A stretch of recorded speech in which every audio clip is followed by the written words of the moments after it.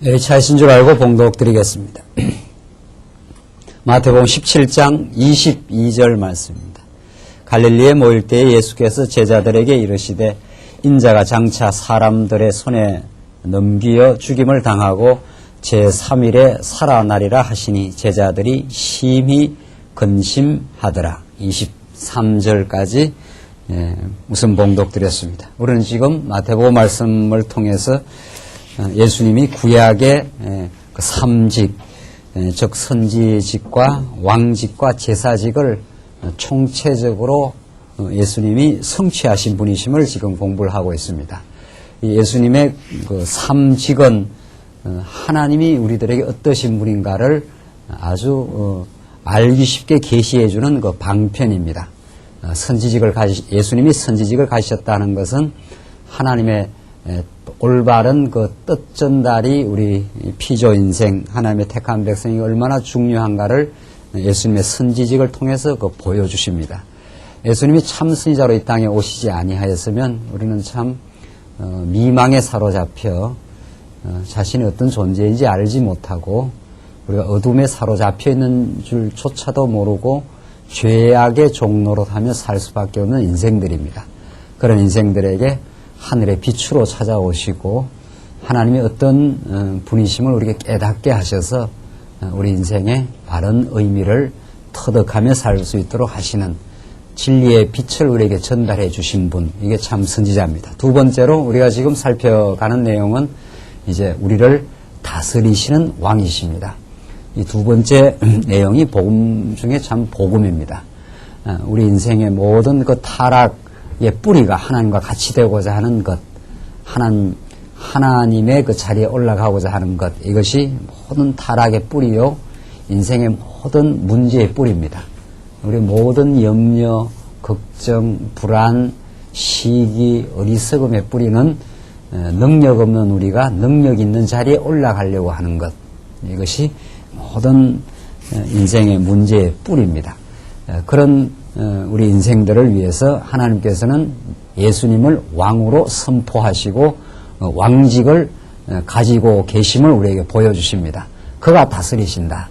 그가 이 우주 만물을 다스리고 피조 세계를 창조하고 지금도 다스리고 있는 분이다. 이것이 우리 골로새서에도 지난 주일날 우리 확인한 대로 예수님이야말로 이 땅에 육신의 몸을 입고 오셨지만 그는 만물보다 먼저 계시고 만물을 지금 통치하고 계시고 지금 우리 교회를 다스리고 계시는 분이시다. 이 왕입니다.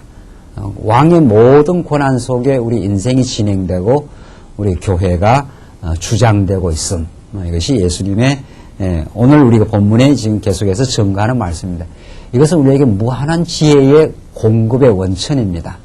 그가 왕이시다 하는 것이 우리 모든 지금 가지고 있는 흐트러진 생각들을 정돈시켜주는 복음의 메시지입니다.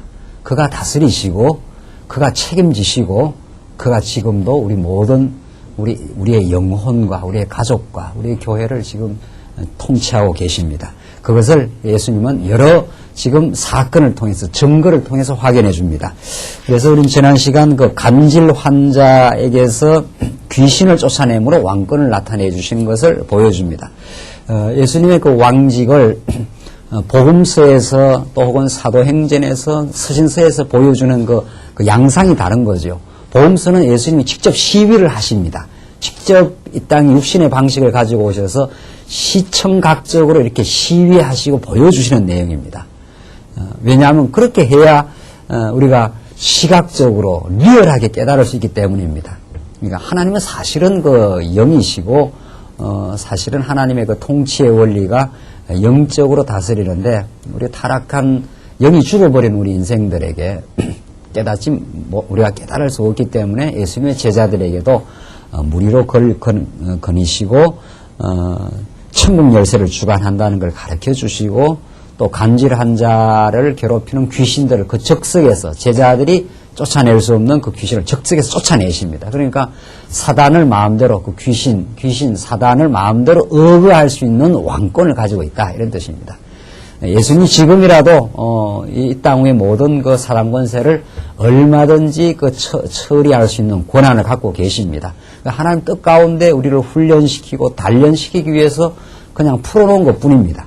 자, 우린 지난 시간 간질 환자에게서 귀신을 쫓아내므로 당신이 어둠의 권세를 완전히 장악할 수 있는 분임을 우리에게 보여주십니다.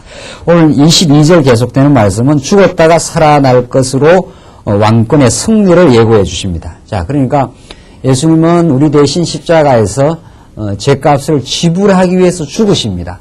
그리고 죽으시고 아주 끝나버렸었으면 이제 사실상 그 죄값을 지불한 사건이었지만은 우리들에게는 그냥 패배한 것으로 느껴질 수가 있습니다. 그래서 우리의 죄값을 대신하여 대신 생명을 지불하여 죽어주실 뿐 아니라 3일 만에 살아나십니다. 그러니까 어둠의 권세를 이기고 살아나심으로 그가 어둠을 이기시는 주권자이시다, 왕이시다 하는 것을 보여줍니다. 22절 다시 한번 보십시다.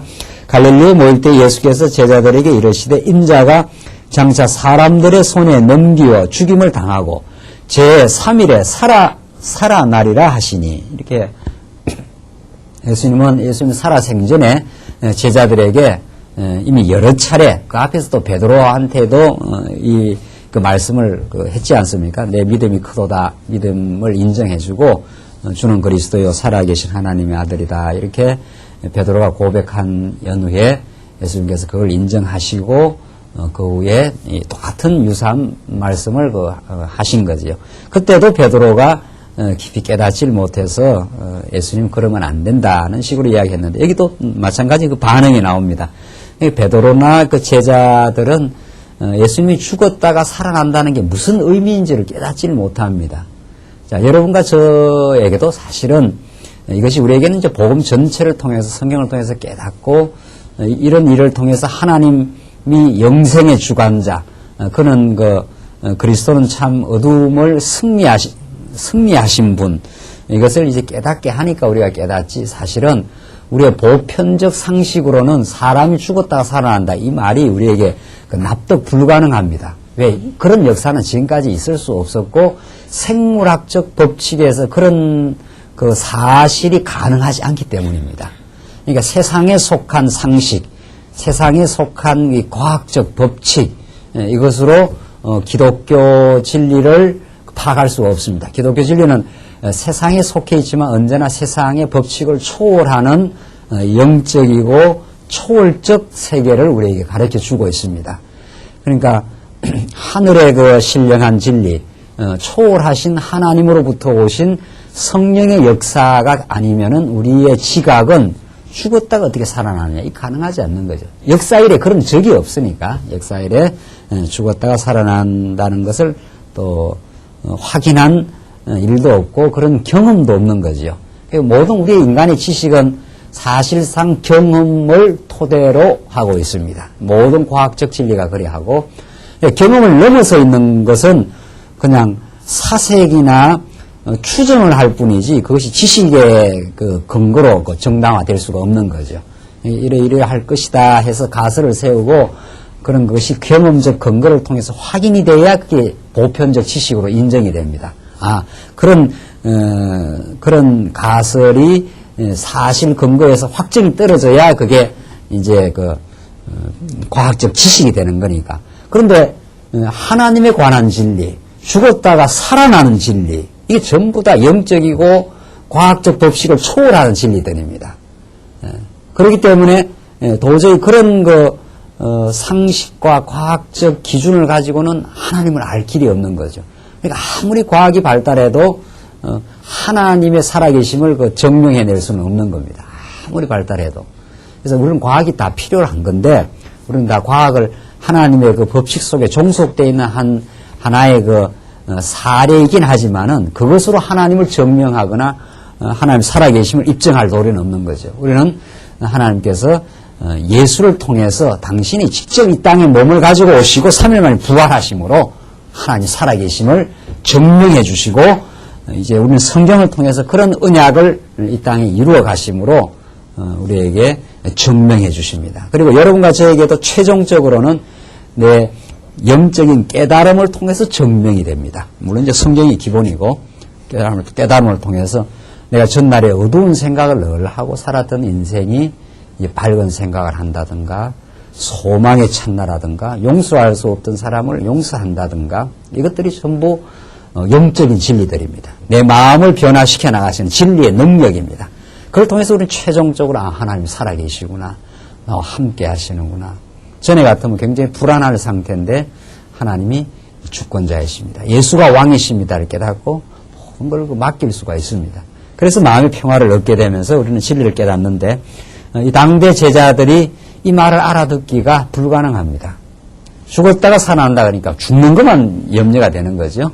살아난다는 말이 믿음으로 다가오질 않습니다. 여러분 가정은 참 복된 하나님의 섭리 가운데 이게 이제 믿어진다는 사실.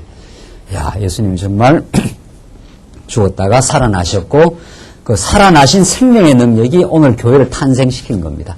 오늘 교회는 어떤 것도 교회를 탄생시킬 수 없습니다. 교회라는 것은 생명이니까 그 생명이 생명을 낳습니다. 그러니까 죽음이 생명을 낳을 수가 없습니다. 절대로.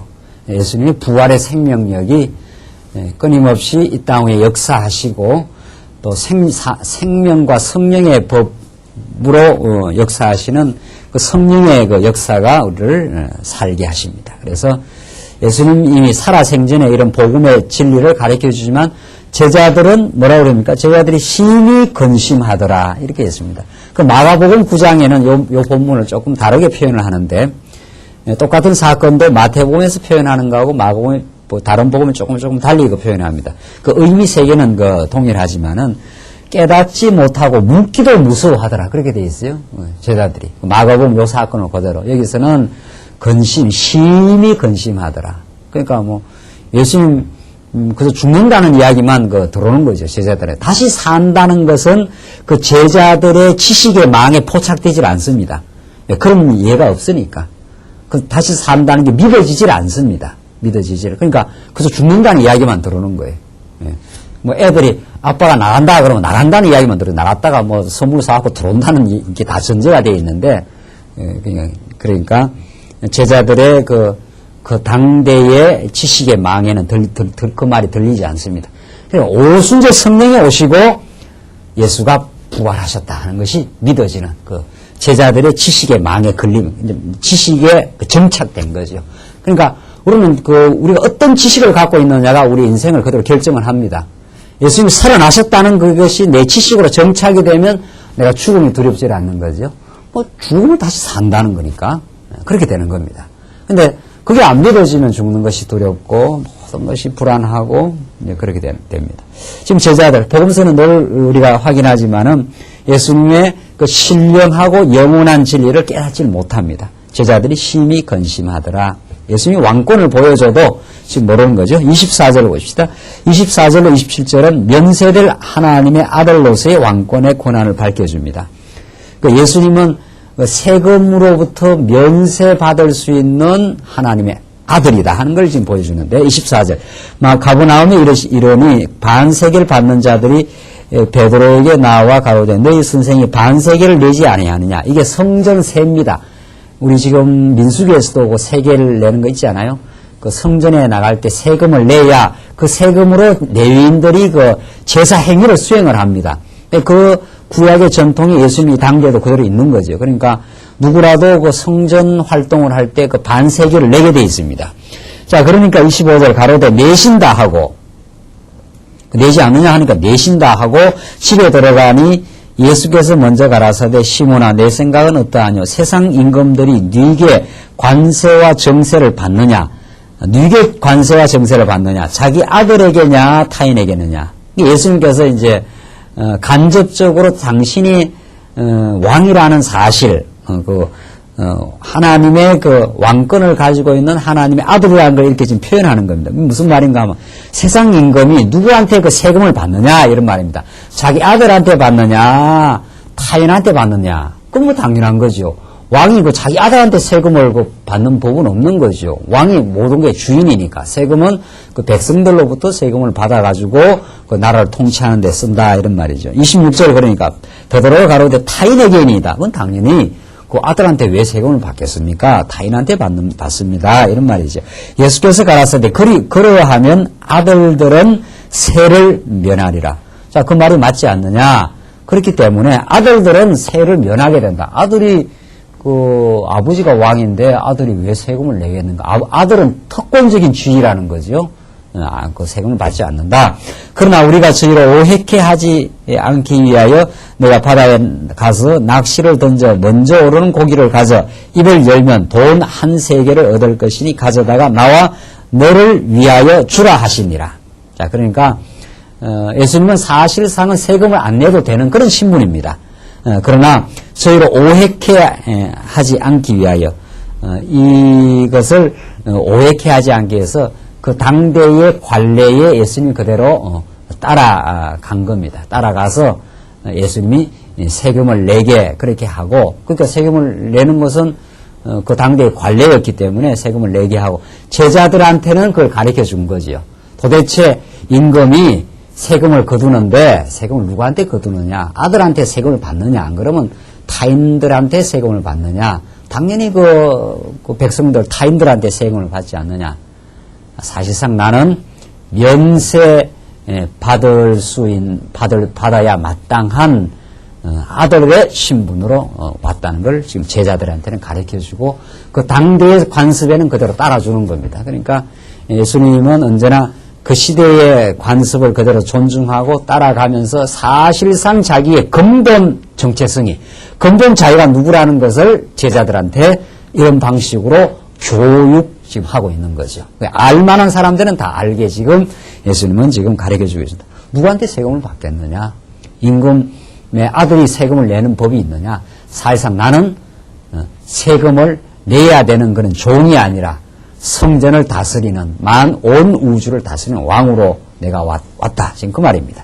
자, 그렇게 지금 예수님이 여러 가지 증거를 통해서 이렇게 왕권을 보여주시지 않습니까? 그러니까 우리가 지금 16장부터 예수님이 그 왕직을 가지신 예수님이라 하는 것을 지금 보여주는데, 지금 이렇게 나타난 사건이 전부 예수님의 왕직을 입증하기 위한 교훈이요 사건들입니다. 간질 환자를 내어 쫓아보낸 거, 귀신을 내어 쫓아보낸 거, 그 다음에 죽었다가 살아나신다는 가르침, 그리고 내가 면세를 받을 수 있는 자격을 갖추고 있다는 사실, 이거 전부 다 뭐하고 관계되어 있습니까? 전부 왕하고 관계되어 있어요.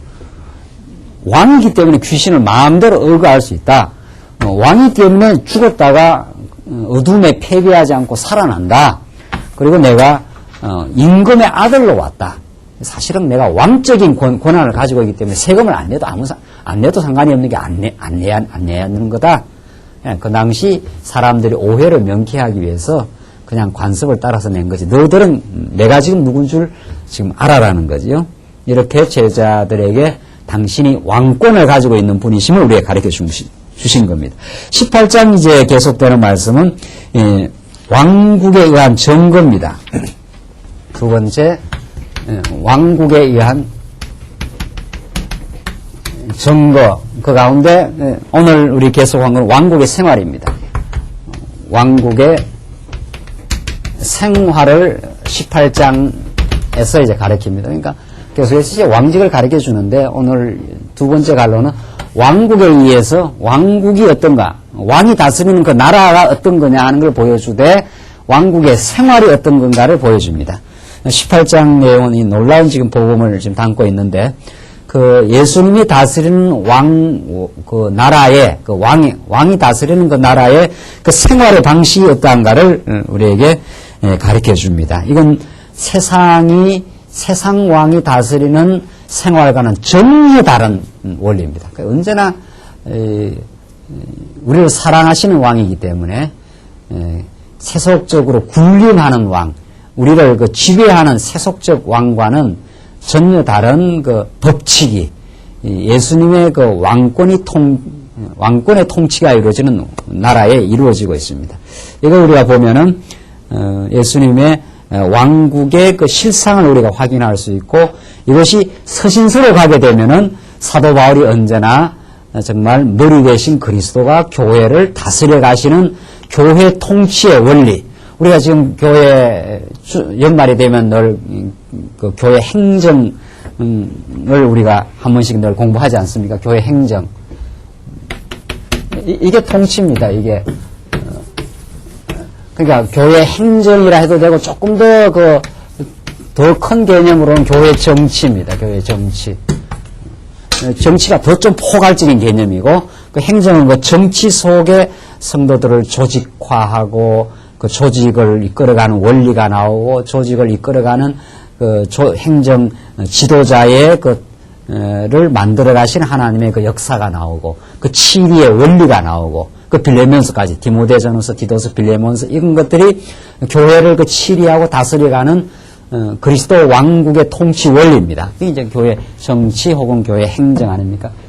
다스려서 성도들이 정말 자발적으로 여기에 동참하고 하나님의 다스림과 인도를 확신하고 거기에 동참되는 원리. 그것이 교회 행정의 원리입니다. 그게 다스림의 원리.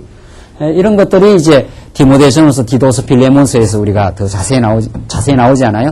그러니까 예수님은 오늘 이 본문 내용 같은 데서는 예수님이 직접 왕이 다스리는 것을 아주 구체적인 예를 통해서 99마리 양 중에 한 마리가 잃어버렸을 때 어떻게 하겠느냐. 뭐 이렇게 해서 그런 구체적인 예를 들어서 예수님의 왕권의 왕이 다스리는 그 왕국 생활의 모습을 보여준다면은 서신서는 그것을 교회에 적용이 되어서 교회에 하나님께서 지도자를 세우고 성도들을 불러 모으고 성도들을 대열 정비를 시키고 그 대열 정비가 아주 질서 있게 되어서 평안과 기쁨으로 또 아름다운 동참을 통해서 자원하는 동참을 통해서 하나님의 통치를 느끼는 그것이 교회 행정입니다. 교회 행정. 거기에서 이끌어가는 사람이 있고 함께 동참하면 되는 사람이 있고 우리가 가야 될 목표가 있고 그런 하나님의 통치를 우리가 서신서에서 아주 자세하게 살피는데 오늘 이 본문의 말씀은 그 가장 기초적인 왕국 통치 생활의 그 모습을 지금 보여준다. 이렇게 생각하시면 됩니다. 그 18절 한번 봅시다. 1절로 10절을 보시면 천국에서 큰 자인 예수께서 실족케 하는 자를 저주하는 그 내용입니다. 왕국에서 제일 큰 자가 예수님이신데 보십시다. 그때 제자들이 예수께 나와 가로되 천국에서 누가 크니까? 이 제자들은 늘 큰 게 늘 관심사예요. 늘 어떻게 해야 오른편에 앉습니까? 어떻게 해야 왼편에 앉습니까? 참 인간이 끝없이 크고자 하는 그 욕망을 어떻게 말리겠어요? 그러니까 천국에서 누가 제일 크니까 하니까 예수님의 가르침은 제자들이 기대하는 것과 언제나 어긋납니다. 제자들이 편한 걸 기대하면 고난을 받으라 그러고 큰 걸 기대하면 오히려 낮아지라 그러고 언제나 다릅니다. 그래서 참 성경은 우리에게 늘 신선한 충격을 주고 복음으로 다가오는 거죠.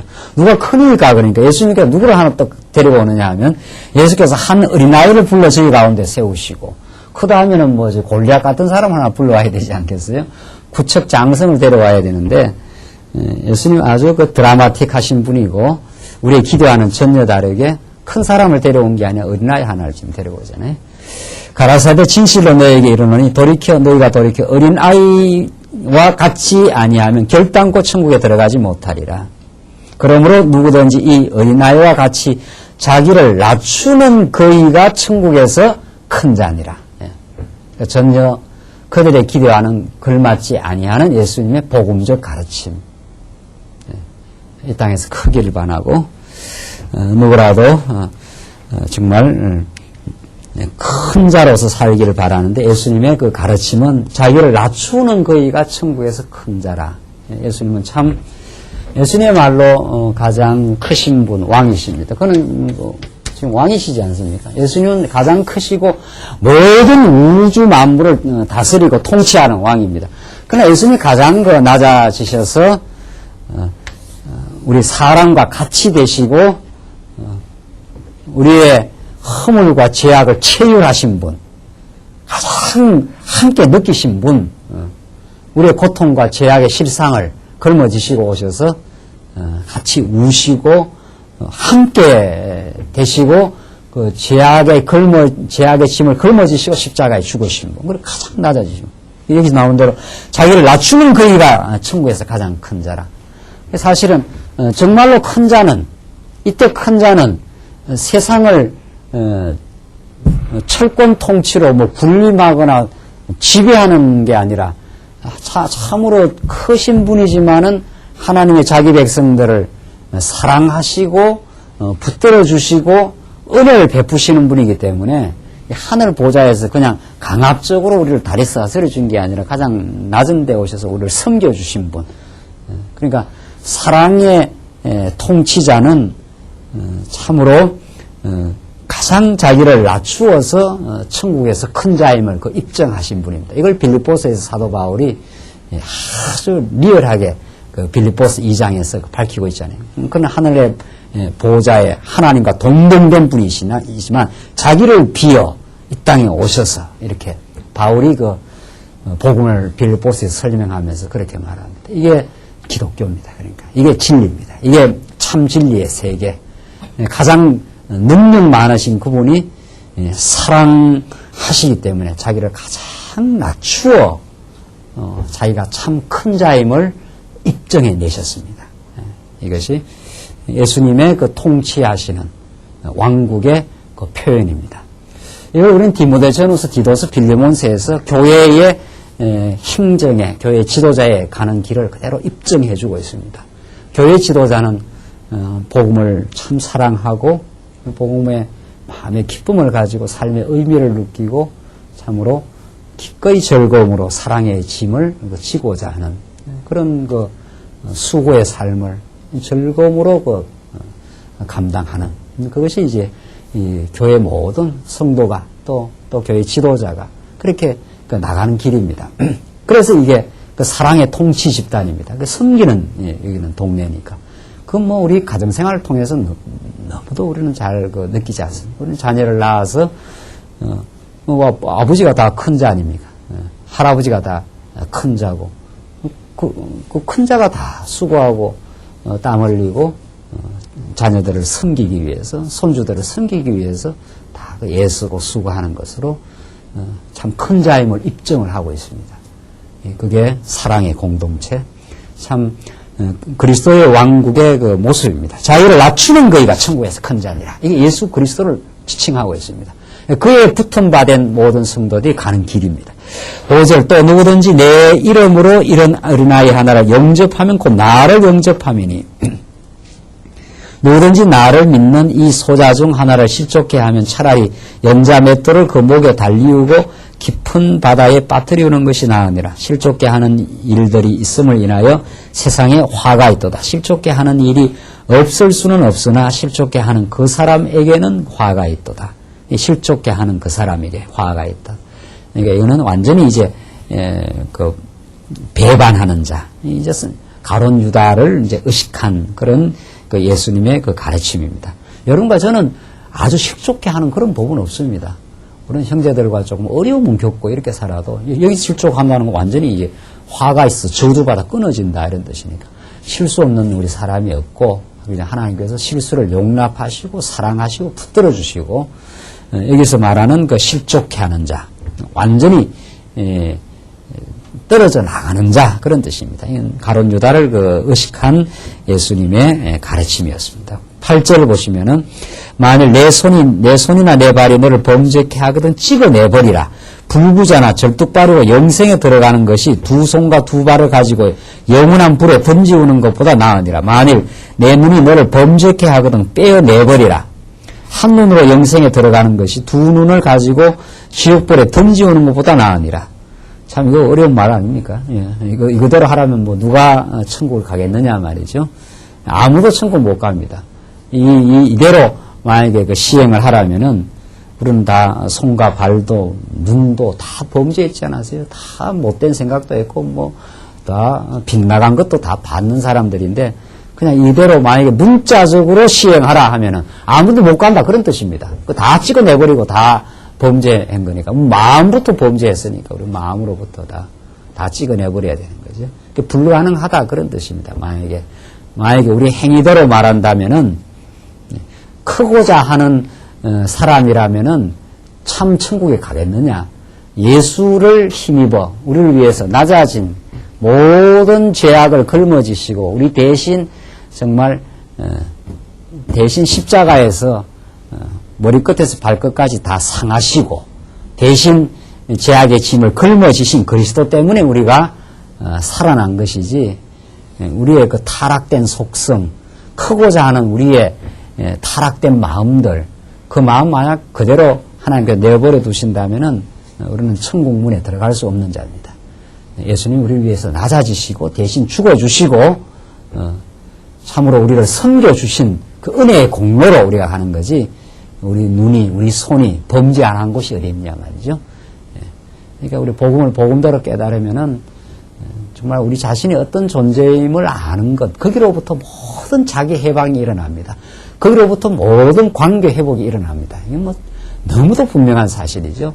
복음을 복음대로 안다는 건 우리의 머리끝에서 발끝까지 전부 하나님이 행위의 법칙으로 만약에 우리를 처리를 하신다면은 머리끝에서 발까지 다 찍어내야 되는 그런 존재들, 그런 죄악된 우리 인생들이지만, 예수님이 참 큰 자로 은혜에 풍성하신 분으로 이 땅에 오셔서 가장 낮아지시고 대신 죽어주시고 고난받으시고 죽어주셔서 우리를 회복해낸 겁니다. 우리를 속전으로 사내가지고 우리 영혼을 살려주신 분. 이 은혜의 감격이 언제나 우리를 감동케 하면 우리는 언제나 삶의 의미가 충만해집니다. 하나님, 당신 때문에 내가 살았습니다. 당신 때문에 이렇게 교회 생활을 하고 있습니다. 당신이 나를 용납해 주셔서 내가 지금 이 자리에 서 있습니다. 그래서 내가 주를 위해 섬기고 있습니다. 이것이 내 공로가 될 수가 없습니다. 이런 그 은혜의 감격이 언제나 우리를 지배하기 시작하면은 우리의 온당한 자리매김이 이루어지고 우리는 다른 지체와 이제 올바른 관계 속에 들어가게 됩니다. 다른 지체도 하나님 안 붙으시면 그럴 수밖에 없는 지체, 이런 그 이해심이 자꾸 생기는 거죠. 왜 저러느냐, 이렇게 집책이 앞서는 게 아니라 하나님이 안 붙으시면 너나 할 것 없이 다 실수 많은 존재, 머리끝에서 발끝까지 찍어내야 되는 존재들. 그러나 예수님은 우리를 소자로 취급해 주시고 우리를 은혜 베푸시는 분. 10절 보십시오. 삼가 이 소자 중에 하나도 없이 여기지 말라. 우리는 다 그런 존재들이죠. 정말 버림받아 마땅한 존재지만 예수님께서 우리를 용납해 주신, 그래서 이 소자 중에 하나라도 없이 여기지 말라. 너희에게 말하노니 너희 천사들이 하늘에서 하늘에 계신 내 아버지의 얼굴을 항상 배옵느니라. 하나 아버지의 얼굴을 항상 배워. 그 은혜로운 아버지의 얼굴 때문에 우리가 살아난 거지, 우리의 행위대로 우리가 살아난 것이야. 행위대로 말하면 다 크고자 하고 하는 그런 어리석은 우리 존재들이라는 것을 지금 가르칩니다. 자, 이렇게 해서 천국에서 참으로 큰 자, 그 예수가 가장 낮아지심으로 우리를 살려내신 분, 이런 뜻입니다. 그 다음 11절로부터 14절 보시면은 천국 백성은 한 사람도 버리지 않는 비유를 말씀하십니다. 그 왕의 그 통치는 너무도 자상하고 치밀해서 당신의 그 백성을 한 사람도 버리지 않는다는 걸 11절부터 가르칩니다. 11절은 빠졌고 12절. 너희 생각에는 어떻게 했느냐? 만일 어떤 사람이 양 100마리가 있는데 그중 하나가 길을 잃으면 그 99마리를 산에 두고 길을 잃은 양을 찾지 않겠느냐? 진실로 너에게 이르노니 만일 찾으면 길을 잃지 아니한 99마리보다 이것을 더 기뻐하리라. 이와 같이 이 소자 중 하나라도 이루어지는 것은 하늘에 계신 너희 아버지의 뜻이 아니니라. 참, 이거 한번 곱씹어 보십시오. 이거는 정말 그 세속적 계산, 타산하고는 안 맞는 일을 늘 하나님 하십니다.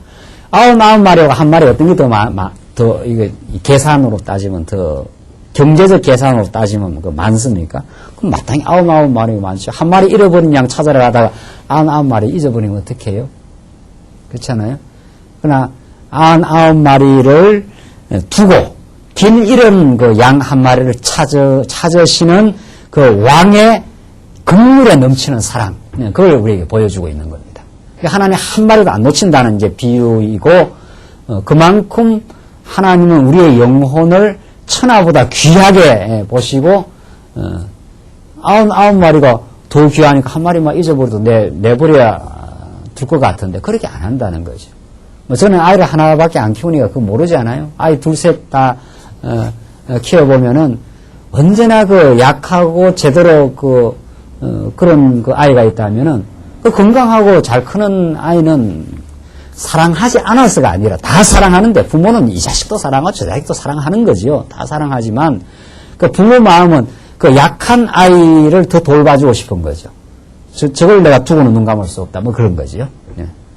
저놈이 제 구실을 할 때까지는 내가 밀어줘야 되겠다. 이런 마음, 그게 사랑의 마음이에요. 그러니까 그 큰 자식은 사랑하지 않는가? 사랑해요. 큰 자식이 만약에 뭐 공부도 잘하고 모든 게 다 뭐 반듯하고 다 지 앞가림을 다 해나간다. 그러니까 이 둘 다 사랑하는데 당연히 약한 그쪽으로 마음이 기울어진다는 거죠. 그냥 99마리를 산에 두고 길 잃은 그 양 한 마리를 찾으시는 하나님. 여러분과 제가 다 길 잃은 한 마리였습니다. 그러니까.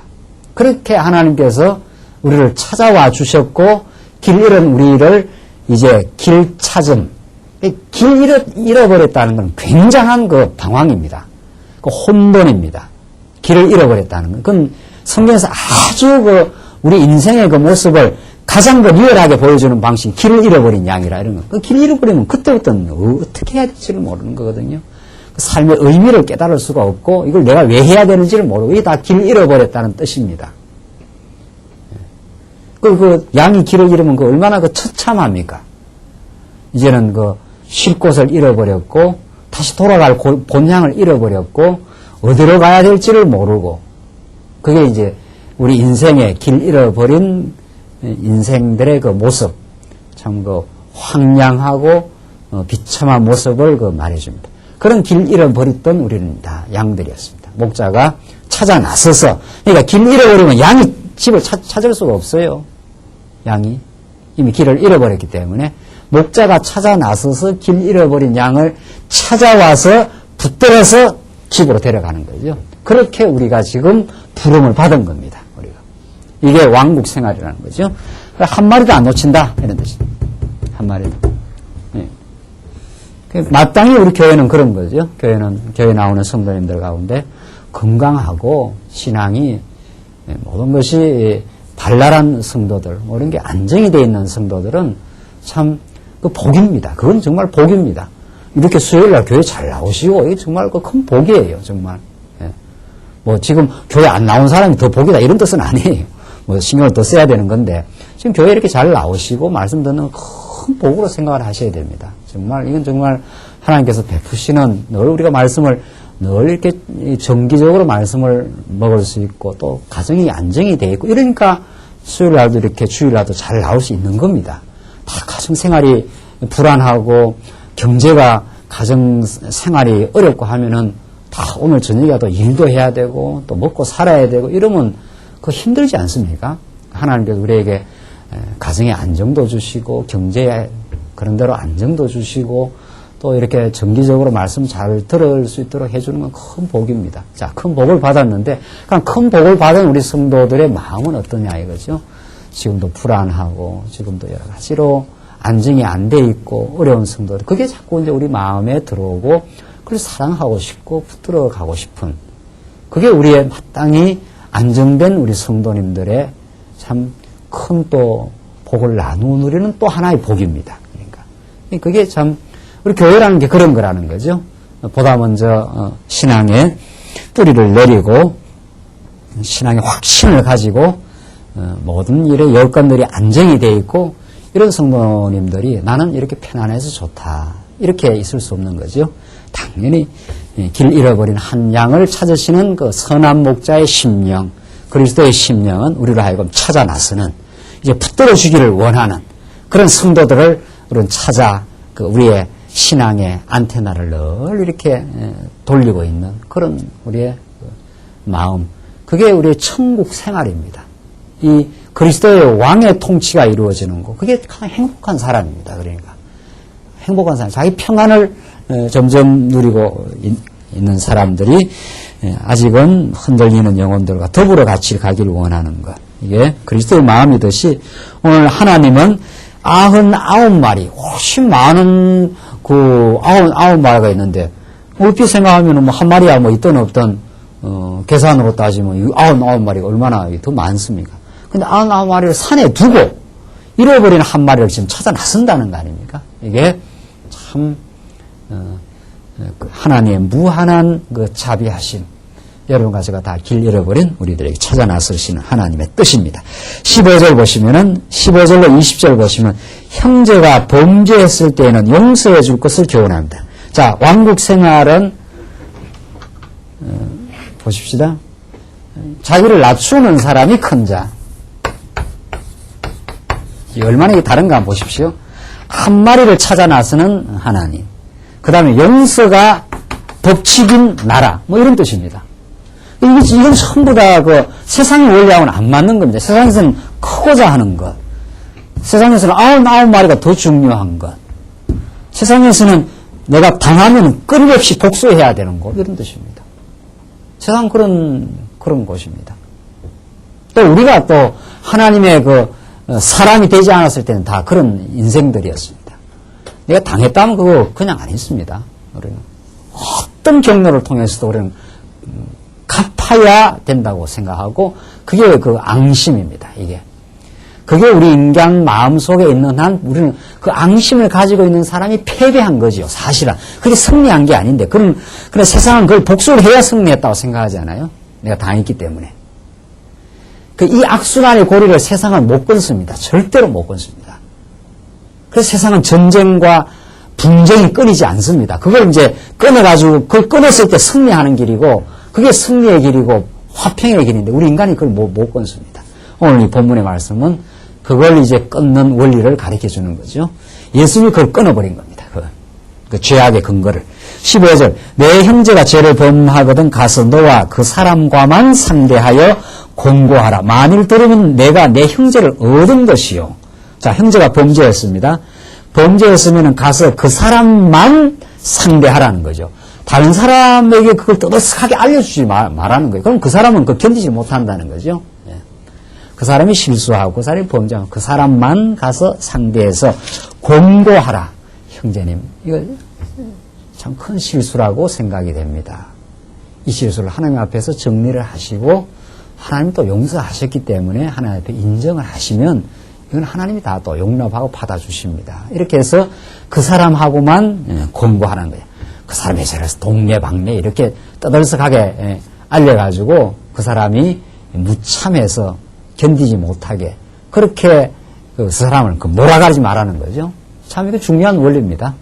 형제가 실수하면 조용히 찾아가서 정말 그 영혼을 사랑한다면 사랑의 권고를 하라는 거죠.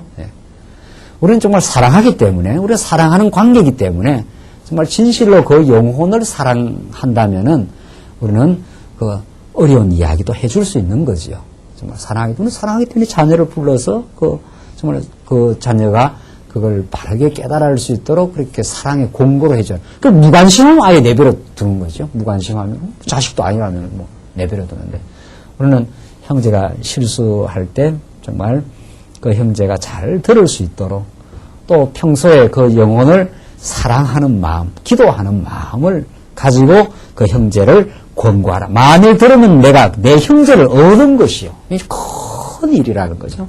이것처럼 큰 보화가 없죠. 재산이 없죠. 우리 교회 형제들이 실수했을 때 찾아가서 잘 사랑의 권고를 해서 그 형제가 참 그 사랑의 권면을 듣고 다시 한번 하나님 앞으로 돌아오게 되는 건 정말 형제를 얻은 것, 한 사람을 얻은 것처럼 큰 걸 얻은 게 없죠. 이 교회가 그걸 해나가는 일입니다. 참 교회는 사람을 소중하게 여기는 겁니다. 한 사람을 그걸 소중하게 여길 때 교회는 참으로 따뜻하고 정말 생명의 그 역사를 만들어내는 일입니다. 두 번째, 그거 보십시오. 두 번째, 만일 듣지 않거나 한두 사람을 데리고 가서 두세 정인의 입으로 말마다 정참게 하라.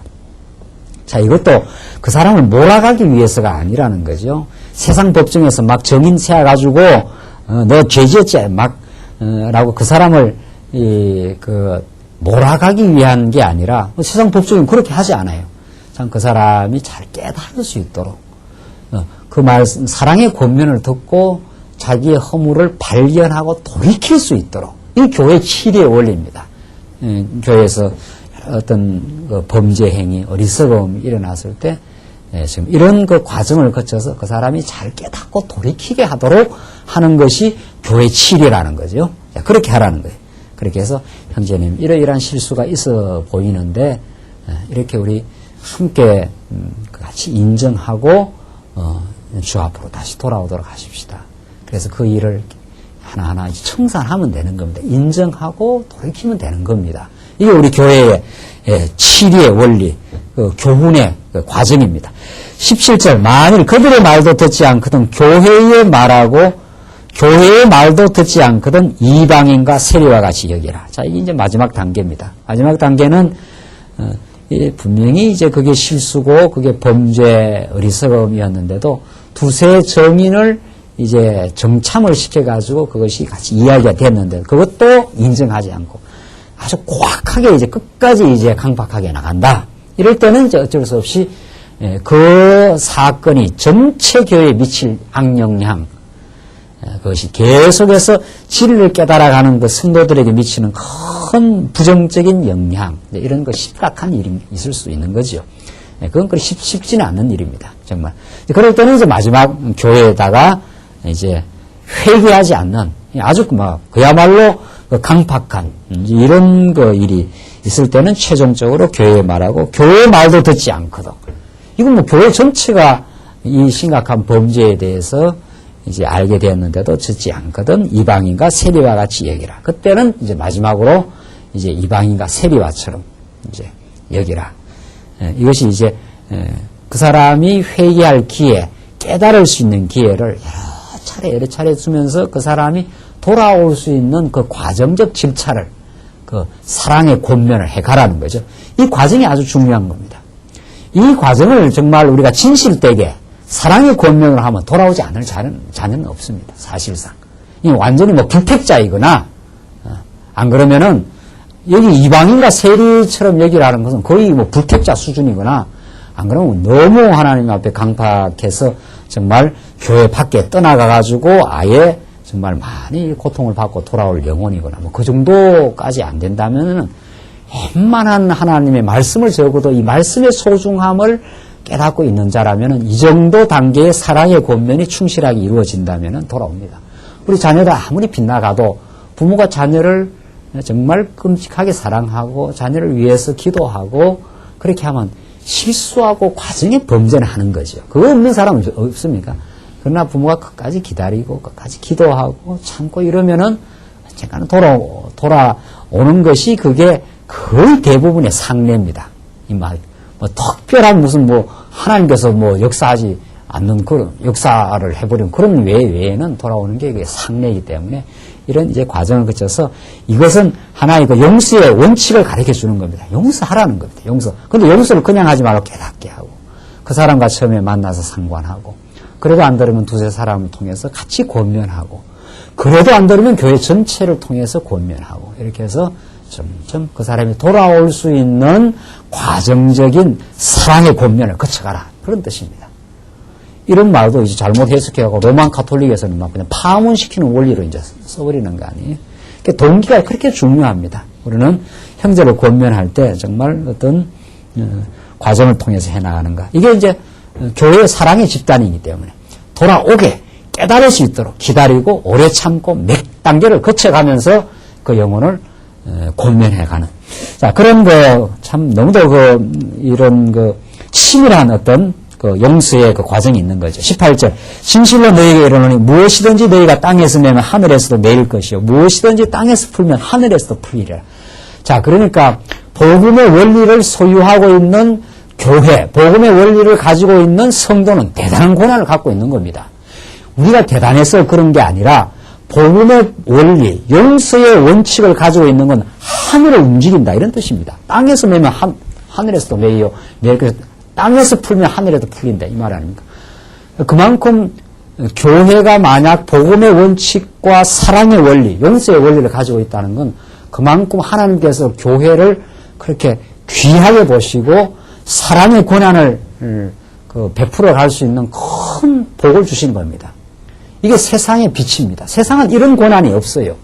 이런 고난 행사가 없어요. 이때서 고난 행사, 사랑의 고난 행사예요. 땅에서 매면은 하늘에서도 매요. 땅에서 풀면 하늘에서 풀려진다. 그만큼 하나님께서는 교회를 복되게 하셨고 아브라함이 너를 저주하는 자가 저주받고 너를 축복하는 자가 축복받는다. 하나님은 아브라함 편이 되어버렸어요. 아브라함이 때부로 실수하고 범죄해도 하나님은 아브라함을 보호하셨고 그 하늘에서 누리는 권한을 아브라함이 허락해버린 겁니다. 교회가 그런 권한을 갖고 있습니다. 교회는 세상에서 위축되거나 교회는 세속적으로 이렇게 작은 집단이 아닙니다. 세상 위에 있고 세상이 행사할 수 없는 용서의 권한을 가지고 있고 땅에서 매면 하늘에서도 매이고 교회가 이런 용서의 특권을 가지고 성도들을 지도하고 권면하는 곳입니다. 큰 곳입니다. 교회가 사실상. 섬김의 그 법칙을 통해서 교회는 세상을 정복하는 곳이지 세상에 빌빌대는 곳이 아니라는 거죠.